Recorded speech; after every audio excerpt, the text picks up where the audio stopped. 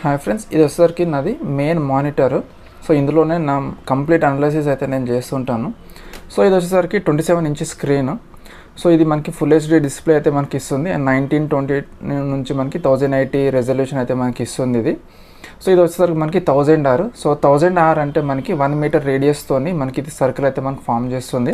And 1000R అన్నది మన ఒక మనిషికి చాలా లైక్ ఏమంటారు, మనం న్యాచురల్గా ఎలా చూసామో అలా అన్నది మనకి విజువలైజేషన్ అయితే మనకు వస్తుంది. దీంట్లో గేమింగ్స్కి కూడా మనము చాలా మంచిగా అయితే మనం యూజ్ చేసుకోవచ్చు. మనకి నార్మల్గా మానిటర్స్ చూసుకుంటే మనకి 1000R నుంచి 1800R వరకు అయితే మనకు వస్తుంది. అది మనకి ఏంటంటే రేడియస్ అనేది మనకి పెరుగుతూ వెళ్తుంది అన్నట్టు. అండ్ ఆ స్క్రీన్ ఏదైతే ఉంటుందో అది మనకి ఫ్లాట్గా అనేది మనకి అయిపోతూ వస్తుంది. And at the same time దీని రిఫ్రెష్ రేట్ వచ్చేసరికి మనకి 75 హెర్ట్జ్ అనేది మనకు ఉంటుంది.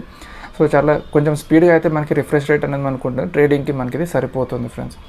సో ఇది ఈ మానిటర్కి సంబంధించి డీటెయిల్